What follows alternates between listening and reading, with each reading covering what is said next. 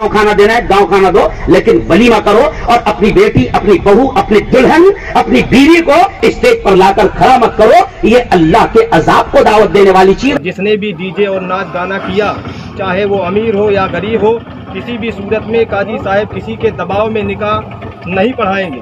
और ध्यान में रखे भाई, यहाँ से जो भी शादी होगी, जो भी निकाह होगा गाँव में, वहाँ पर ना गाना बजाना होगा ना दूसरे गलत काम होंगे। इसकी अस्सलामु अलैकुम वरहमतुल्लाहि वबरकातुहू। नाज़रीन, अगर आप हमारे चैनल में नए हैं तो हमारा चैनल यस सर चैनल को सब्सक्राइब करें और बेल आइकन को दबाएं ताकि नए नए वीडियो अपलोड होते ही आप तक नोटिफिकेशन के जरिए पहुंच सके। जज़ाकल्लाह। कि वलीमा सुन्नत है। अब जो जुमला कह रहा हूं उस पर ध्यान देना। वलीमा सुन्नत है, वलीमा सुन्नत है, रिसेप्शन सुन्नत नहीं है। वलीमे को रिसेप्शन मत बनाओ झूठी शान की खातिर। किसी 3 स्टार और 5 स्टार होटल में वलीमा देकर, ये जुमला ध्यान करें कि वलीमे को रिसेप्शन मत बनाओ। वलीमा सुन्नत है। एक एक लुकमा खाने पर सवाब मिलेगा, एक एक लुकमा खाने पर सवाब मिलेगा। वलीमा सुन्नत है। अब हम क्या कर रहे हैं? वलीमे को रिसेप्शन बना रहे हैं। अब आप बोलेंगे रिसेप्शन क्या और वलीमा क्या, दोनों में फर्क क्या? वलीमा और रिसेप्शन का फर्क सुन लो। जो झूठी शान दिखाते हैं ब्याज पे पैसे लेकर, वो भी सुनेंगे इस बात को कि वलीमा सुन्नत है। वलीमा और रिसेप्शन में क्या फर्क है? कि वलीमा नबी करीम सल्लल्लाहु अलैहि वसल्लम ने कहा है कि सादगी के साथ अल्लाह के हुक्म के और नबी के तरीकों के मुताबिक किया जाए, वो वलीमा है। और रिसेप्शन किसे कहते हैं? कि तू तेरी औरत को या तू तेरी बहू को स्टेज पर लाता है और पूरे मर्द उसको देखते हैं, ये तुम्हारा रिसेप्शन है। अरे अजीब पढ़े लिखे जाहिल बन गए। पढ़े लिखे जाहिल ये काम कर रहे हैं। नादान ने, किसी जाहिल ने, किसी अनपढ़ ने करा तो बात समझ में आती है। आप पढ़े लिखे हैं और आप अपनी, मान लो मेरी शादी है और मैं मेरे साथ मेरी बीवी को स्टेज पर खड़े करूं और उसका चेहरा खुला रहे और सब लोग उसको देखें और सब आकर बकायदे एक एक करके उसके साथ में फोटो खींचे। अरे कहां गई तुम्हारी अकल, कहां गई गैरत, कहां गई? ये रिसेप्शन है। और इस पर एक एक लम्हे पर, एक बहुत क्लियर कह रहा हूं, एक एक लम्हे पर अल्लाह का अजाब उतरेगा, एक एक लम्हे पर गुनाह आएगा। इसलिए रिसेप्शन नहीं, वलीमा जितनी ताकत है तुम्हारी ताकत के एतबार से वलीमा करो। गांव खाना देना है गांव खाना दो, लेकिन वलीमा करो और अपनी बेटी, अपनी बहू, अपनी दुल्हन, अपनी बीवी को स्टेज पर लाकर खड़ा मत करो। ये अल्लाह के अजाब को दावत देने वाली चीज है। बल्कि एक जुमला कहूंगा कि अल्लाह जब नाराज हो गया, अल्लाह जब गुस्सा हो गया, तो अल्लाह के गजब और गुस्से का मुकाबला पूरी दुनिया के सुपर पावर मुल्क भी नहीं कर सकते हैं। अल्लाह नाराज हो गया, छोटा सा न दिखने वाला वायरस भेजा, न दिखने वाला वायरस भेजा। दुनिया जिसको सुपर पावर समझती थी, अल्लाह ने दुनिया को बताया कि पागलो, जिसको तुम सुपर पावर समझते थे, आज वो 0 पावर है। सबसे ज्यादा मरने वाले फारूक भाई अमेरिका में, सबसे ज्यादा पेशेंट दादा अमेरिका में। अल्लाह ने दिखाया कि कहां गया तुम्हारा सुपर पावर, 0 पावर बन गया है। तो अल्लाह से पंगा नहीं लेने का, अल्लाह से दुश्मनी लेने का नहीं लेने का। ये जमीन वालों से पूरी जाती, इनको निपटना क्यों फर्क है? इनको निपटना आसान, उधर बावले चाले नहीं करने का, उधर भी बावले चाले करने का। अल्लाह को नाराज नहीं करना। 12/2021 बरोज शनीचर सरजमीन हड़हा कबोली में एक आम मीटिंग की गई, जिसमें तमामी उलमा अहले सुन्नत और तमामी हाज़रीन की मौजूदगी में ये तय किया गया कि जिस शादी में डीजे और नाच गाना आतिशबाजी होगी उसमें कोई भी गांव के काजी साहिबान निकाह नहीं पढ़ाएंगे। और जिसने भी डीजे और नाच गाना किया, चाहे वो अमीर हो या गरीब हो, किसी भी सूरत में काजी साहब किसी के दबाव में निकाह नहीं पढ़ाएंगे।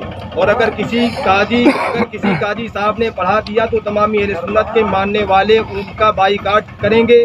और हमारी माँ बहनें अपने घरों में जो रात में जगह करती हैं, उसमें नाच गाना करती हैं, ये बिल्कुल नाजायज़ और हराम है। लिहाजा तमामी हज़रात से गुजारिश है कि अपने अपने घरों में इसकी भी पाबंदी करें।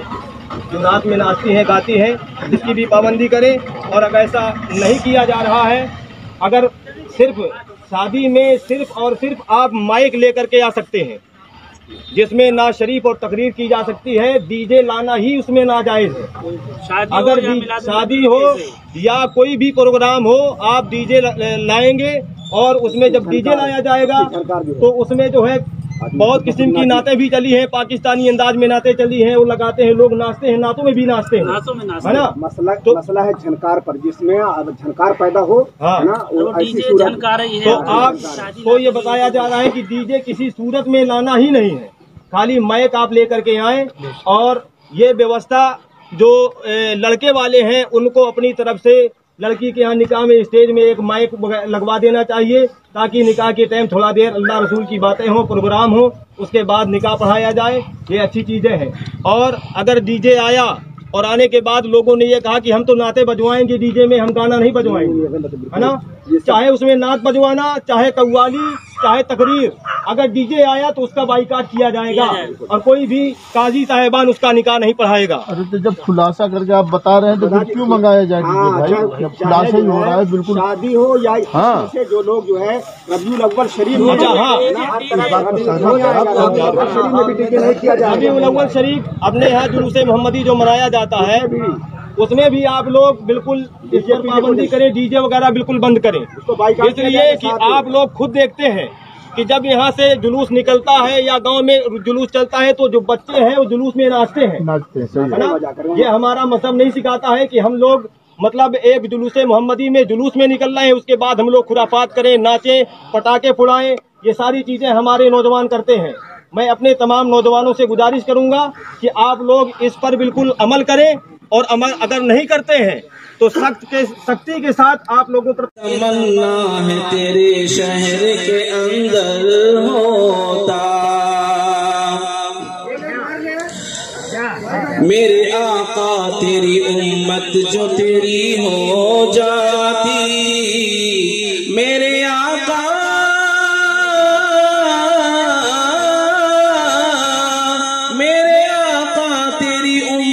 जो तेरी हो जाती, आज दुनिया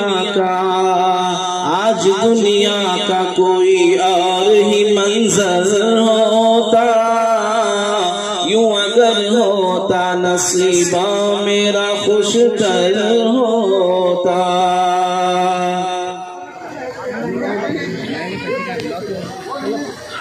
कुरान करीम की तिलावत के बाद और सरकारी दो आलम सल्लल्लाहु अलैहि वसल्लम की शान अक़दस में नात हम सुनने के बाद हम इंशाअल्लाह कुछ निकाह के मुताल्लिक और इबादत के मुताल्लिक, इस बड़ी इबादत के मुताल्लिक हम कुछ बातें इंशाअल्लाह हम सुनेंगे। देखो, हम बात अर्ज कर रहे थे कि हम इतने बड़े लोग जो इतना बड़ा मजमा मंडप सजा हुआ है, शामियाना, और इतना सारा जो इंतजाम किया गया है, और हम जो यहाँ आए हुए हैं सब लोग एक नियत लेकर आए हुए हैं कि भाई शादी अच्छी हो, शादी अच्छी हो, और शादी में खुश हो, खुशहाली आए, बरकत आए, खैर आए। तो भाई खुशहाली और खैर उस वक्त आएगी जब हम अल्लाह को राजी करेंगे। यही बात हमारी चल रही थी। तो अल्लाह को खुश करके हम खुश हो सकते हैं, और अल्लाह को नाराज करके हम कभी खुश नहीं हो सकते। इसलिए ऐसे शादी के मौके पर, शादी बोले तो खुशी, उसके मौके पर अल्लाह को खुश करने हम कोशिश करें। हर ऐसे काम से हम बचें जो अल्लाह को नाराज करने वाले काम हो, है ना भाई। शादी तो एक दिन की होती है, एक चंद घंटे की हो जाती है, निकाह हो गया, सब लोग खाकर चले गए। लेकिन शादी निकाह के बाद जो असल निभा है वो निभा तो जिंदगी भर होता है। तो उस निभा के लिए हमने जो तैयारियां हमको करनी चाहिए, और उस निभा के लिए जो हमें जरूरत पड़ती है, बड़ा दिल रखना और अपने आप को छोटा बनाना, एक दूसरे को माफ करके चलना, ये सारी चीजें अल्लाह को खुश करके और दीन को सीखने से हमें मिलेगी। तो दीन को हमें सीखना है, इबादत को ऐसे करना है जैसा हमारे नबी सल्लल्लाहु अलैहि वसल्लम ने किया है, और हमारे नबी सल्लल्लाहु अलैहि वसल्लम खुश हो। हम इबादत समझ रहे हैं, निकाह ऐसा होना चाहिए, ये होना चाहिए, वो भी होना चाहिए, जो नहीं होना चाहिए वो भी होना चाहिए। अगर हम ऐसे सोचेंगे तो वो इबादत नहीं रही। नमाज जैसी हालत में अगर हम नमाज 2 रकात फजर की फर्ज नमाज है, अगर कोई आदमी यूं सोचे मैं 2 रकात नहीं 3 रकात पढ़ूंगा तो क्या हरज है, तो उसकी नमाज होगी? नमाज नहीं होगी, है कि नहीं।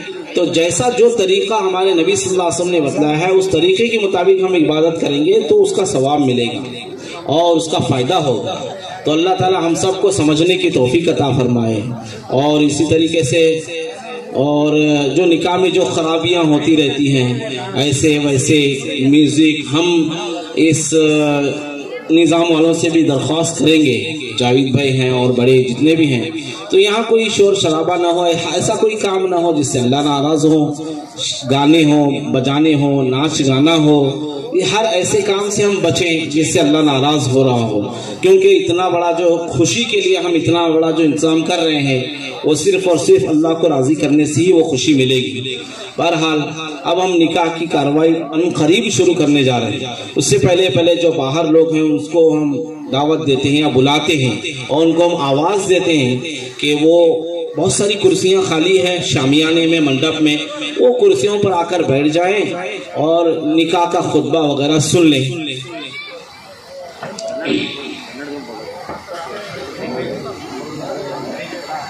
निकाह के बाद जो रिश्ता बनता है मियाँ बीवी का, इस रिश्ते को मजबूत बनाने के लिए अल्लाह ने बहुत सारी आयतें कुरान पाक में उतारी हैं, क्योंकि ये निकाह जो होता है ना, ये इस निकाह की वजह से रिश्ता कौन सा बनता है? मियाँ और बीवी, शौहर और बीवी का रिश्ता बनता है। जो अजनबी लड़का अजनबी लड़की थी, अब इनका ये रिश्ते में बन गए मियाँ और बीवी।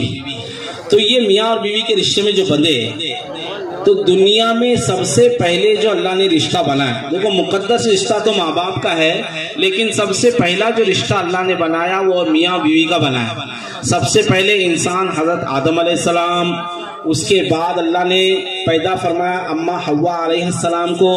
आदम अलैहिस्सलाम और हव्वा अलैहिस्सलाम दो ही इंसान थे, दोनों के दरमियान जो रिश्ता था वो मियाँ और बीवी का था। तो सबसे बुनियादी रिश्ता मियाँ और बीवी का है। तो इसी से खानदान चलेगा, इसी से सोसाइटी में खुश अमन आएगा, चैन आएगा, तो इसी से खानदान होगा, दुनिया बनेगी। अल्लाह तबारक व तआला ने बहुत बड़ा एक रिश्ता बना दिया। तो इस रिश्ते को मजबूत बनाने के लिए अल्लाह ने कुरान में बहुत सारी आयतें कुरान पाक में उतारी हैं। तो यहाँ वक्त की किल्लत की वजह से एक आयत हम पढ़ेंगे और उसका तर्जुमा हम सुनेंगे। अल्लाह तबारक व तआला ने मियाँ बीवी को अच्छा रहने के लिए हमें जो बताया है, एक आयत है, अल्लाह ने फरमाया हुन्ना लिबासुल लकुम व अंतुम लिबासुल लहुन्ना। के लिए हम बात कर रहे हैं, सिर्फ उन्हीं के लिए नहीं, जितने भी जिनके भी मियाँ बीवी, जो भी मियाँ बीवी का जिनमें रिश्ता है, हम सब के लिए बात करें। यहाँ माशाल्लाह बुजुर्ग अहबाब भी हैं और बहुत सारे लोग, सबके लिए अल्लाह तबारक व तआला फरमा रहे हैं कि बीवी शौहर का लिबास है और शौहर बीवी का लिबास है। तो अल्लाह ताला ने क्या खूबसूरत तशबीह अल्लाह ने दी। देखो फरमाया कि लिबास अल्लाह ने क्यों कहा है? लिबास इसलिए कहा कि जैसा आदमी लिबास की वजह से खूबसूरत मालूम होता है, लिबास की वजह से अच्छा मालूम होता है, तो ऐसे ही शौहर की वजह से बीवी खूबसूरत मालूम होगी, बीवी की वजह से शौहर खूबसूरत मालूम होगा, है ना। तो बगैर बीवी के शौहर बदसूरत है और बगैर शौहर के औरत बदसूरत है।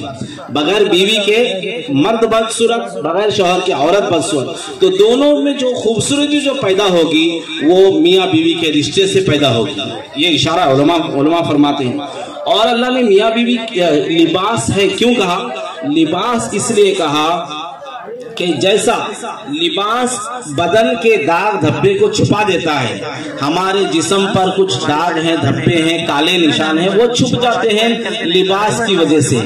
ऐसे ही अल्लाह तबारक व तआला उलमा फरमाते हैं कि इस आयत में अल्लाह ये इशारा फरमाना चाह रहे हैं कि शौहर की वजह से बीवी के दाग धब्बे ऐब छुप जाते हैं, बीवी की वजह से शौहर के ऐब छुप जाते हैं, है ना। और अल्लाह ने लिबास इसलिए कहा, शौहर बीवी का लिबास, बीवी शौहर का लिबास इसलिए कहा अल्लाह ताला ने कि जिस तरह आदमी लिबास की हिफाजत करता है कि नहीं, कोई दाग लगने, धब्बा लगने नहीं देता, खाने बैठते वक्त आस्तीन चढ़ाकर खाता है, कहीं यहाँ कोई दाग न लगे, और यहाँ रुमाल रखकर खाता है तो वहाँ कोई सालन न पड़े, और ऐसे ही कीचड़ में चल रहा हो तो उठाकर चलता है, कपड़े उठाकर, ताकि क्या ना हो, कीचड़ न लगे कपड़े पर। चाहे पैर कीचड़ में पड़े चलेगा, धो लेंगे बाद में, लेकिन कपड़े को कीचड़ में लगने नहीं देता। तो इसी तरीके से अल्लाह तबारक व तआला ये इशारा फरमा रहे हैं कि दोनों एक दूसरे की क्या करें भाई, ख्याल करें, एक दूसरे की हिफाजत करें। जिस तरह तुम कपड़ों की हिफाजत करते हो उससे ज्यादा अपने बीवियों की हिफाजत करो। जिस तरह आप कपड़ों की हिफाजत करते हो उससे ज्यादा तुम अपने शौहरों की हिफाजत करो। भाई मुझे कुछ भी हो चलेगा, मेरे शौहर पर कोई आंच नहीं आना चाहिए। अरे मेरा नाम खराब हो तो चलेगा, लेकिन मेरी वजह से मेरी बीवी का नाम खराब ना हो। ऐसा मिजाज ये बनाएंगे तो कितनी खूबसूरती और कितनी मोहब्बत होगी और कितना चैन और कभी झगड़े होंगे। अगर ऐसा मिजाज हम बनाएंगे तो कि भाई मेरी बीवी को कुछ नहीं, मुझ पर कोई बदनामी हो तो चलेगा, मेरी बीवी को बदनाम नहीं होनी चाहिए। और शौहर बीवी यूँ सोचे कि मुझ में बदनाम हो तो चलेगा, लेकिन मेरे शौहर पर कोई आंच और कोई बदनामी नहीं आनी चाहिए। ऐसी अगर मोहब्बत होगी तो झगड़े कहाँ से होंगे, बोलो भाई, झगड़े होंगे ही नहीं, खुशी होगी। तो इसलिए अल्लाह तबारक व तआला ने ऐसा इसमें इशारा फरमाया। तो ये कुरान की बहुत सारी आयतें हैं, तो इसको हमें क्या करना चाहिए, समझना चाहिए, सीखना चाहिए और सुनना भी चाहिए। तो इंशाअल्लाह बहुत कम वक्त में सुनाना है, तो काफी देर से हम इंतजार कर रहे हैं कि आ जाएं आ जाएं आ जाएं, तो आ जाओ भाई। 1 बजे नहीं है, वो भी है, 2 लाख बैठे बाद में नाटक कर बैठे थे।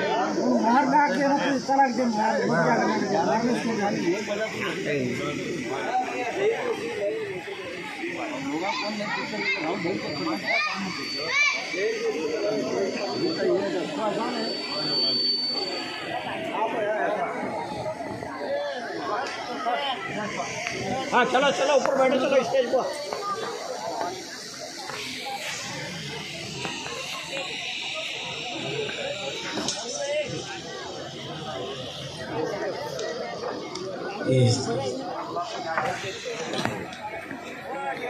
वहाँ कुर्सियाँ खाली है, वहाँ बैठो उधर। वहाँ पर ना दफ्तर जाएगा, ना जमात जाएगी, ना गांव के लोग जाएंगे। ये हमारे गांव के हजरात की सुने, और जो बाहर के हजरात जो आएंगे वो भी जाकर अपने गांव में ऐसे फैसले लें भाई, क्योंकि जब तक हम सब लोग मिलकर फैसला नहीं लेंगे इज्तिमाई गुनाह बंद नहीं होगा। इसकी फिक्र करें भाई सारे हजरात, और हमारे गांव के सारे हजरात ये ध्यान में रखें भाई, यहाँ से इधर जो भी शादी होगी, जो भी निकाह होगा गाँव में, वहाँ पर ना गाना बजाना होगा, ना दूसरे गलत काम होंगे। इसकी फिक्र करें भाई। अगर कुछ भी हुआ तो वहाँ जमात भी नहीं पहुँचेगी, गांव के लोग भी नहीं पहुँचेंगे। इसकी फिक्र करें भाई, जहाँ तक हो सके गुनाह से बचने की कोशिश करें, और हमारे जवान पीढ़ी को सिखाएं कि ये सब चीजें हमारी नहीं है। आजकल तो इतने बड़े बड़े खुराफात हो रहे हैं, दोस्तों के साथ मिलकर नदियों पर जाकर केक काटा जा रहा है, स्टेज पर जाकर केक काटा जा रहा है, बर्थडे मनाया जा रहा है, सब गलत हो रहा है। इन सब चीजों से बचने की कोशिश करें भाई, हमारी जवान पीढ़ी को समझाएं भाई कि ऐसी चीजें नहीं होनी चाहिए बोलिए। इसकी फिक्र करें, समझे भाई, करेंगे इसकी फिक्र भाई। और सारे हजरात ये जान लें, हमारे गांव के हजरात की आइंदा जिसके भी घर में शादी होगी, जो भी यहाँ ऐलान हुआ है अमल होगा, इसके लिए फिक्र करें भाई। अस्सलाम वालेकुम।